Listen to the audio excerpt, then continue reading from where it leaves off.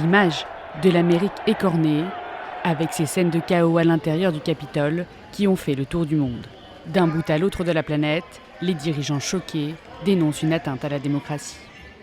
Wir alle haben ja die verstörenden Bilder von der Erstürmung des Kongresses gestern Abend gesehen. Und mich haben diese Bilder wütend und auch traurig gemacht. En France, le président Emmanuel Macron a pris la parole sur Twitter.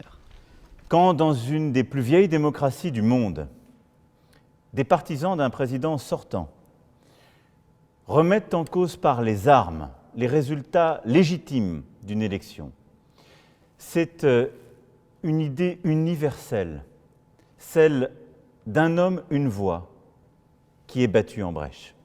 Partout en Europe, les dirigeants parlent de scènes honteuses et affligeantes et de violences inacceptables. Ils appellent à une transition pacifique et ordonnée. Je crois dans la force des institutions et de la démocratie américaine. Une transition pacifique en est le cœur. Pour le président iranien, les incidents au Capitole témoignent avant tout de la vulnérabilité des démocraties occidentales.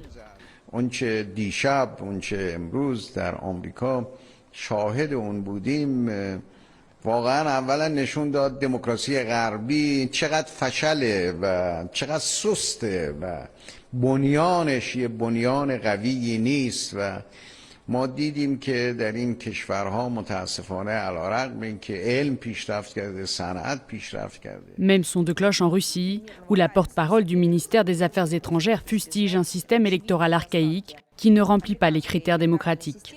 Seul le président du Brésil continue à demi-mot à soutenir son homologue américain. Você sabe que eu sou ligado ao Trump.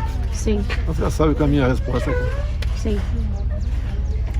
Agora, muita denúncia de fraude, muita denúncia de fraude.